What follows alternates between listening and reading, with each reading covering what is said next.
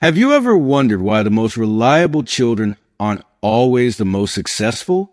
In this video, we delve into the hidden truths about family dynamics, caregiving, and the profound impact of how we treat our loved ones. You will discover why children who stay close may offer the greatest support in our later years, the crucial role of daughters-in-law and sons-in-law in maintaining family harmony, and how parental favoritism can shape relationships for a lifetime.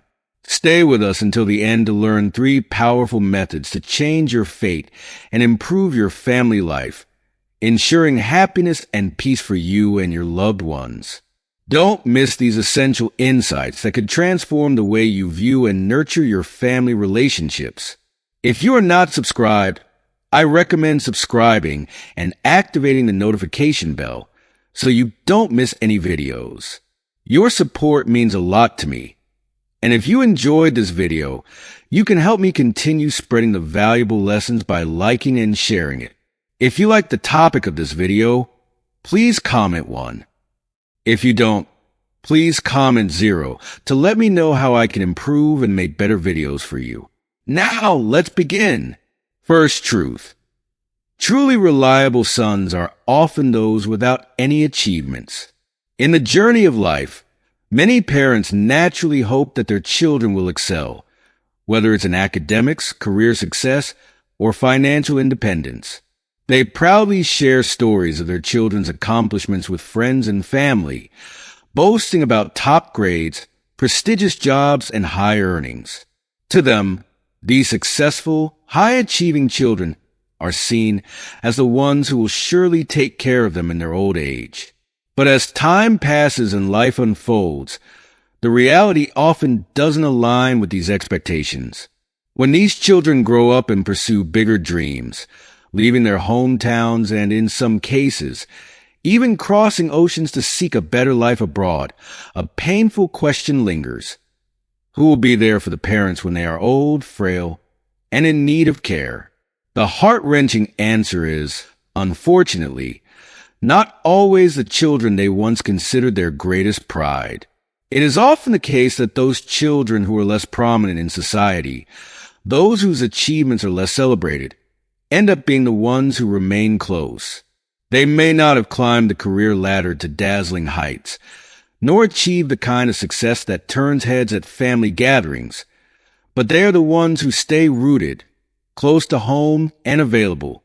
Perhaps they didn't set off for distant lands or high-paying jobs, and perhaps they even ended up taking over their parents' modest professions. And when the time comes, when their parents can no longer manage day-to-day life on their own, it's these children, quietly present, who step in to care for them. It's not the glittering accolades or the prestigious degrees that matter most, but rather their steady, loyal presence. In the eyes of their aging parents, these children are their true heroes, even if the rest of the world doesn't see them that way. How many parents have found themselves facing the stark reality that their successful children, those who have built impressive lives far from home, are simply too far away, both physically and emotionally, to offer the kind of support they now need. These children, while living their independent and busy lives, may inadvertently leave their parents to face the cold grip of loneliness. Without the touch of a familiar hand, without a voice to share the day's small joys and struggles, parents can feel abandoned, despite the distant success of their children. On the other hand, the child who may not have the world at their feet, who hasn't amassed wealth or titles, is often the one who is there to support their parents in small, daily matters, like bringing over a hot meal, helping them walk to the garden, or simply sitting with them in the quiet of a shared afternoon. They may not be able to offer much in material wealth, but what they give, their time, care, and love, is far more precious than anything money can buy. Even when they grumble or complain, these children do not turn their backs on their parents. They still carve out space in their lives, no matter how small, to care for the ones who once cared for them. If you are still watching this video and find these lessons useful, Please comment one below to let me know that you are still here with me. Conversely, successful children, despite their impressive careers and large homes, often find themselves stretched thin. With demanding work schedules, endless meetings, and social commitments, it becomes increasingly difficult to make time for family. They may send money or even arrange for caregiving services. But deep down, we all know that money can never replace the warmth of human connection. No amount of material comfort can make up for the absence of a child's presence, the one thing elderly parents crave the most. What they long for isn't just care, it's love. It's not just someone to provide for their physical needs, but someone to fill their hearts with the sense of belonging and closeness that only family can offer. As we grow older, a saying that once seemed distant begins to resonate deeply. Neighbors are closer than distant relatives. It's easy to overlook the significance of this when we're young and able-bodied, but as old age sets in, the truth of it sinks in. The nearby child, the one who may not have achieved great societal success, becomes a lifeline. The simple act of bringing a meal, helping with a short walk, or spending a quiet moment together becomes a profound gift. It's in these small, tender moments that parents find the greatest comfort. And so, we come to understand a difficult truth. The children who have risen to great heights in the world may not always be the ones who are most dependable in caring for their aging parents. Sometimes, it's the child who stays behind, whose success is measured not in wealth or titles, but in love and devotion, who becomes the most reliable source of support. In the end, what truly matters is not what society deems a success, but the heartfelt connection between parents and children, the unspoken bond of love, loyalty, and presence. Parents may not always get what they expect from their children, but if they are lucky, they'll get what they truly need, a child who, no matter what, stays by their side. Second truth, no matter how good your children are, the attitude of your daughters-in-law and sons-in-law is important. When our children marry and begin to build families of their own, we, as parents, sometimes unconsciously create an invisible wall between our biological children and their spouses, whether it's our daughters-in-law or sons-in-law. It's easy to fall into the mindset that our children are the true members of the family, while their spouses are treated as outsiders, people we must tolerate but not truly embrace. This bias, although often unintentional, can lead to deep-seated family tensions, making it all too easy to overprotect our grown children, even when they no longer need such protection. But in doing so, we may unknowingly wound the very people who have stepped into our children's lives, those who, like us, only want to be loved and accepted.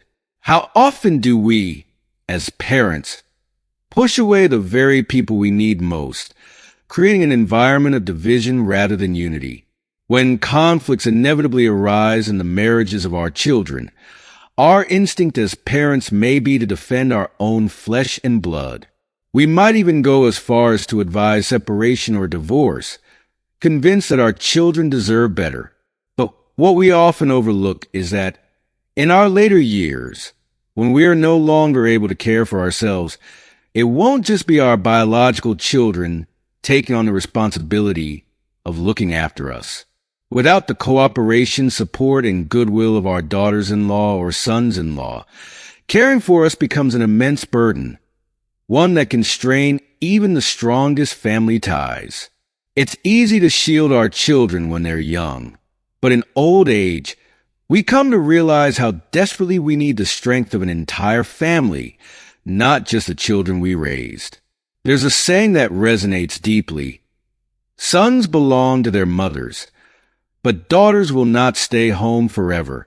This simple phrase reminds us that family dynamics change over time, and we, as parents, must be willing to broaden our perspective to include our children's spouses. Our sons, who may have once relied on us, now have wives who shape their lives. just as our daughters have husbands who become their new partners in the journey of life. Clinging to the belief that only our children are the best and sidelining their spouses is a recipe for disaster.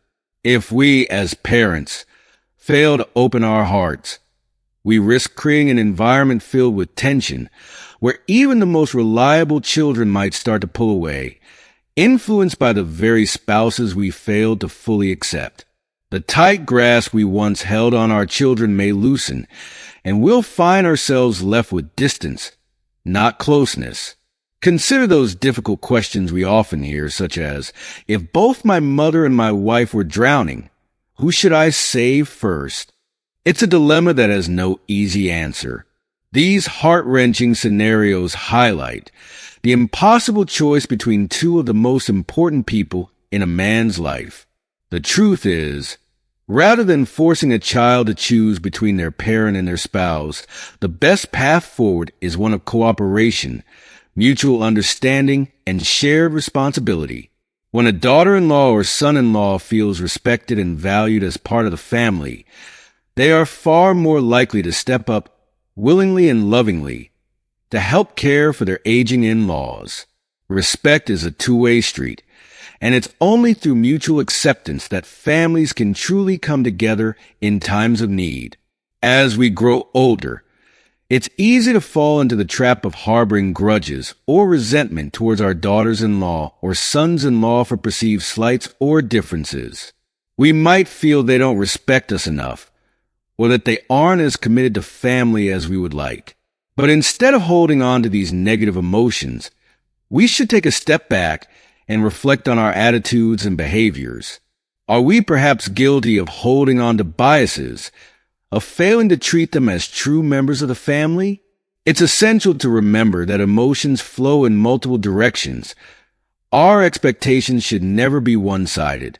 We must strive for understanding, empathy, and a willingness to bridge the gaps in our relationships, rather than placing blame.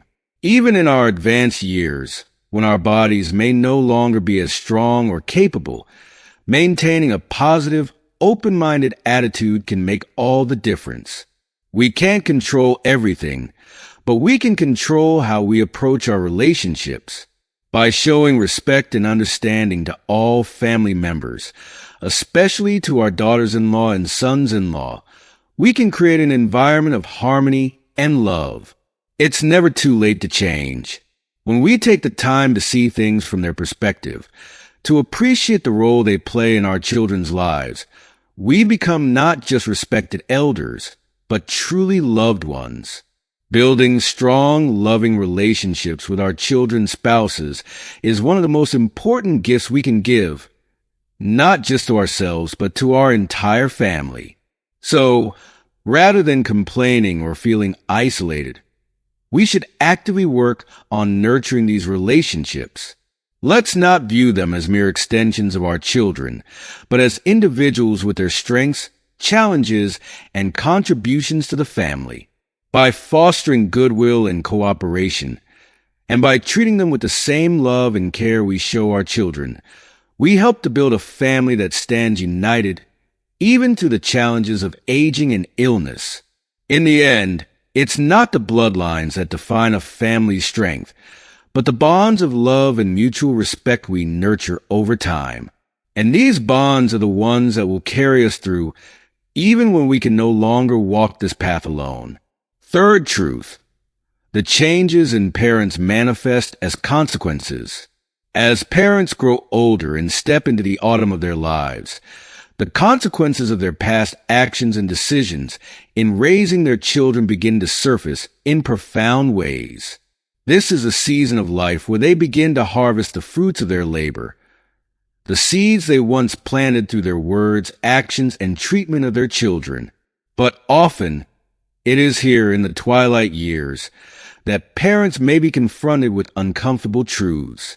If they showed favoritism, unfairness, or neglect in the past, the consequences are likely to return, sometimes painfully, as they seek support from their children in old age. Children who were overly favored by their parents may grow up to be irresponsible, ungrateful, and ill-prepared for the challenges of adulthood. They might become overly reliant on their parents, lacking the independence or strength to stand on their own feet. Meanwhile, those children who were neglected or treated unfairly compared to their siblings might harbor deep feelings of resentment. These emotional wounds, often buried during childhood, can fester and lead to distance or even estrangement in adulthood. The emotional scars left by parental bias are not easily forgotten and often emerge later, at a time when parents most need their children's care and love. A poignant example of this truth is captured in the film Everything is Fine, where we witness the unraveling of a family that was never able to maintain fairness. Suzuhiko, the younger son, grew up constantly compared to his older brother, never feeling the warmth or love from his mother that he so desperately craved. Despite his success, the emotional scars of his childhood remain raw. His older brother, on the other hand, who was pampered and overly dependent on their mother, failed to achieve much in life. This stark contrast between the brothers creates a toxic undercurrent in their relationship. When their parents pass away, long-suppressed tensions explode, with each sibling blaming the other for the unfair treatment they experienced. Suzuhiko is filled with bitterness over the cold, distant treatment he endured, while his brother, despite being favored, feels the weight of unmet expectations. The family is left fractured, with resentment and unresolved conflicts lingering long after their parents are gone. This heartbreaking story is a reflection of the deep instability that can take root within a family when parents fail to maintain fairness and balance throughout their lives. Parental bias, favoritism, or neglect doesn't just affect the children at the moment. It reverberates through the family for years, often manifesting at the most critical times when parents are vulnerable and in need of their children's help. In old age, when parents can no longer care for themselves, these past imbalances in how they treat their children come to the surface, making it difficult to foster the kind of love, unity, and cooperation that is essential for elder care. If you are still watching this video and find these lessons useful, please comment 2 below to let me know that you are still here with me. Emotions are inherently difficult to balance. No parent is perfect, and it's natural for relationships with children to fluctuate throughout life.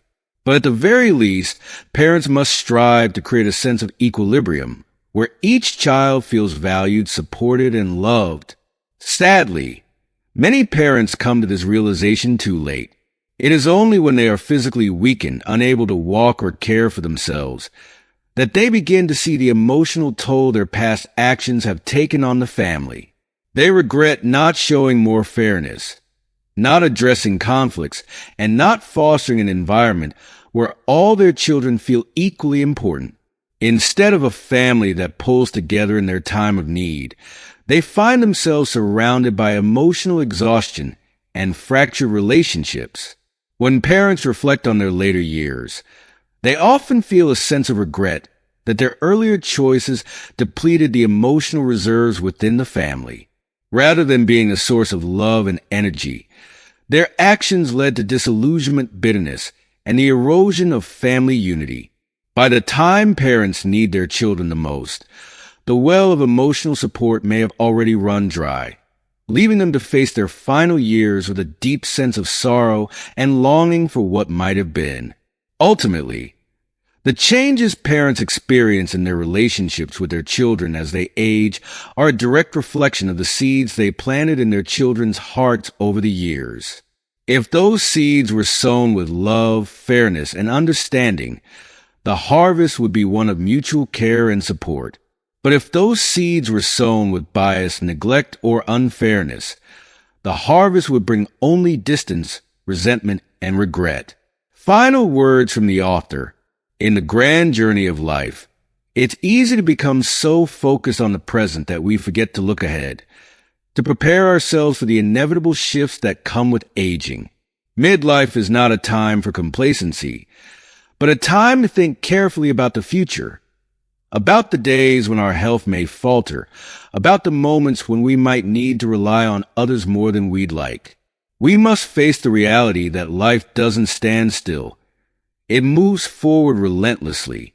And in doing so, we must recognize that true peace in our later years comes not from avoiding these realities, but from preparing for them emotionally, mentally, and relationally. There's a powerful story of a farmer crushed by the weight of poverty who, in his despair, cried out to God, "Why must I live my entire life with nothing?" In response, God offered him a tempting deal. "If you feel you have nothing, I will give you 10,000 gold pieces. But in return, I will take away your wife, your children, and the rest of your days." Faced with this harsh proposition, the farmer fell silent, struck by a deep realization. He didn't truly have nothing. He had everything that mattered: his family, his relationships, his time. He just hadn't seen their value until it was nearly taken from him.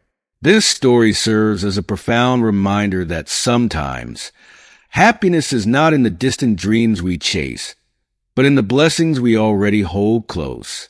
How often do we spend our lives yearning for more wealth, more success, more recognition, only to overlook the beauty of what's right in front of us? The people we love, the moments of peace, the small, seemingly insignificant things that bring us joy. True fulfillment doesn't come from a life of perfection, but from the gratitude we cultivate for the imperfect yet precious gifts we already possess. Whether we are young and ambitious, or older and reflecting on the paths we've walked, the key to contentment lies in appreciating the here and now. Life will always be filled with challenges, imperfections, and moments of doubt. But if we can learn to value what we have today, our families, our health, our time with loved ones, then we open ourselves up to real happiness, the kind that isn't dependent on chasing elusive dreams, but on treasuring what is already ours. As we move through the stages of life, the wisdom we gain should guide us toward a deeper understanding of what truly matters. Instead of seeking perfection or constantly striving for more, let us teach ourselves and future generations to embrace the value of the present. Only then can we find the lasting peace and happiness that comes from within, the kind that strengthens families, deepens relationships, and makes our days, no matter how long or short, truly meaningful. 3 methods to change fate and improve life. 1. Change your words. The way we communicate, especially within our family, has an immense impact on our lives. Speaking kindly to your children and using words that reflect love and patience can create an environment of harmony that lasts into old age. Words have the power to either build up or tear down, and as we grow older, nurturing gentle and understanding communication with our family becomes even more essential. When you choose to let go of anger and speak with kindness, it doesn't just soothe tensions at the moment. It creates a lasting foundation of respect and love that will carry your family through the challenges of life. 2. Change your mindset. Life rarely unfolds according to our expectations, especially when it comes to how others treat us. Instead of expecting everyone to treat you perfectly, find peace in knowing that if even one person cares about you, that is enough. Family dynamics shift over time, and not every relationship will remain balanced or free of conflict. But by releasing the need for everything to go perfectly and accepting life's imperfections with grace, you free yourself from bitterness. Holding on to grudges only deepens your pain. Learning to let go is the key to living with peace in your heart. 3.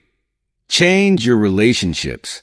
As we age, it becomes more important than ever to actively maintain our relationships. Don't let pride or resentment create distance between you and the people around you. Reach out, nurture connections, and be willing to let go of your ego. By maintaining close ties with family, friends, and even neighbors, you increase the chances of receiving help and companionship when you need it most. A humble heart, willing to ask for and accept help, is a heart that will never feel alone. Next, I would like to share a small story that illustrates the challenges and lessons many of us can relate to. Yuko's experience is a poignant reminder of how family dynamics can evolve in unexpected ways. Yuko had an older brother, and for a while, she lived with her mother and grandfather at her brother's house. However, her mother often called Yuko, crying and complaining that her brother and his wife were not taking good care of her. The tension between Yuko's mother and her brother's wife escalated to the point where, feeling overwhelmed, her brother's wife decided to send their mother back to the family home. This forced Yuko to quit her job and return to her hometown to care for her aging mother. At first, Yuko did everything she could to care for her mother with love and patience. It is often said that daughters are more compassionate and sensible than sons, and Yuko certainly proved this to be true. She listened to her mother, prepared nutritious meals, gave her massages, and even slept beside her multiple times during the night to attend to her needs. But as time passed, a heartbreaking truth began to emerge. No matter how much Yuko sacrificed, her mother's behavior grew worse. Instead of appreciating Yuko's care, her mother began to criticize her, claiming that Yuko wasn't doing enough and even forbade her from contacting her husband and children. The situation became emotionally unbearable when Yuko discovered that her mother was bad-mouthing her to others, claiming that Yuko didn't love her. Despite all her efforts, Yuko's mother continued to cause tension in the family, creating a situation where no one was happy, neither Yuko nor her siblings. In her final years, Yuko's mother began to regret the way she had treated her sons and daughters-in-law, but by then, the damage to the family relationships had already been done. This story serves as a powerful lesson. Family harmony can only be maintained when we learn to communicate with love, let go of expectations, and take responsibility for our actions. In the end, Yuko's story is a reminder that changing our words, our mindset, and our relationships is essential for improving our lives and the lives of those we love. Holding on to pride, anger, or resentment only creates distance between us and our family. And the sooner we learn to release these feelings, the more likely we are to build meaningful, lasting bonds that will carry us through life's inevitable challenges. Elderly people and their relationships with children. As people age, the dynamic between parents and children often shifts, sometimes in ways that can feel bittersweet. Elderly individuals, especially when their health begins to decline, can become particularly anxious and sensitive about their changing abilities and the roles they once held in the family. The fear of losing independence, combined with the desire for attention and care from their children, creates a complex emotional landscape. On one hand, they long for connection and comfort, while on the other, they may feel a need to assert their independence or even distance themselves from their children, fearing they might become a burden. This emotional push and pull can lead to tension, especially if the elderly parent starts speaking ill of their children to others, a behavior that, though perhaps born of frustration, only serves to widen the gap between them, reducing the children's willingness to spend time with their aging parents. Risa's story is a powerful example of the complexities of caregiving and the emotional toll it can take on both the parent and child. At 51, Risa had spent many years single-handedly caring for her mother, who had broken her leg several years ago. The injury, along with her mother's growing confusion, left Risa in a state of constant worry and vigilance. Her mother frequently mistook her for her younger brother, a heartbreaking reminder of the mental decline that sometimes accompanies aging. Yet despite this emotional hardship, Risa devoted herself completely to her mother's care. She prepared thoughtful, nutritious meals like minced meat and pasta every day, ensuring her mother was well fed and comfortable. To provide peace of mind, she even installed security cameras throughout the home, checking her phone anxiously throughout the day to ensure her mother didn't fall or hurt herself while she was away. This level of caregiving didn't come without immense sacrifice. Risa quit her high-paying job to dedicate herself fully to her mother's needs, a decision that cost her not only her career but also her personal life. Over a decade, her marriage dissolved and several subsequent relationships ended due to the strain of caregiving. It's a tragic reality for many caregivers who find themselves caught between their deep sense of responsibility to care for ailing parents and their own need for a fulfilling life. Risa's love and dedication were undeniable, but the emotional cost she bore was heavy. If you are still watching this video and find these lessons useful, please comment 3 below to let me know that you are still here with me. Ryu's story offers another perspective on the challenges of family caregiving. Ryu's mother had 5 children, yet it was Ryu who took on the primary role of caring for her. Her second sister, concerned for Ryu's future well-being, didn't want her to spend her entire life caring for their mother and suggested alternative solutions, such as taking their mother into her own home or placing her in a nursing facility. This suggestion came from a place of love and worry, as her second sister, at 70 years old herself, was already caring for her ailing husband and knew the immense burden caregiving could place on one's life. However, Ryu felt it was her responsibility as the youngest sibling to take care of their mother, particularly since she didn't feel as tied down by obligations to her daughter. For Ryu, this caregiving role felt like her purpose, a way to give back to the woman who had raised her. Her second sister, understanding this, ultimately agreed that Ryu was the most suitable to continue caring for their mother, though it was a bittersweet conclusion for both of them. These stories reflect the deep emotional complexity that comes with caregiving in old age.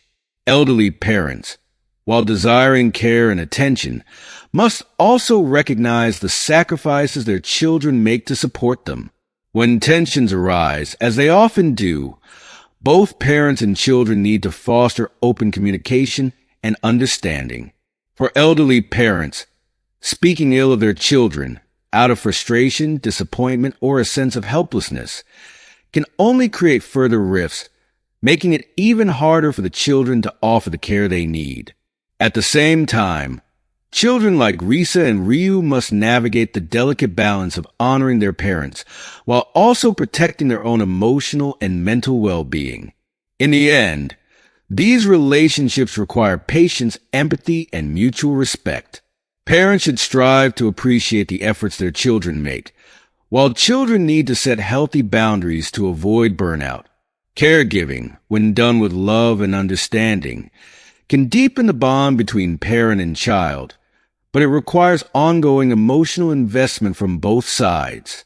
As we reflect on the stories and lessons shared today, it's clear that relationships between elderly parents and their children are both beautiful and complex. From the sacrifices made by caregivers to the importance of communication and mutual respect, these experiences remind us how vital it is to foster understanding and empathy within our families. Now, we would love to hear from you. What have you learned so far from these stories and insights? Please share one thing you've learned and how you plan to bring it into practice in your own life. If you liked this video, please leave your comment below and don't forget to like, share, and subscribe to our YouTube channel for more heartfelt stories and valuable life lessons. Your support means the world to us, and we look forward to continuing this journey together.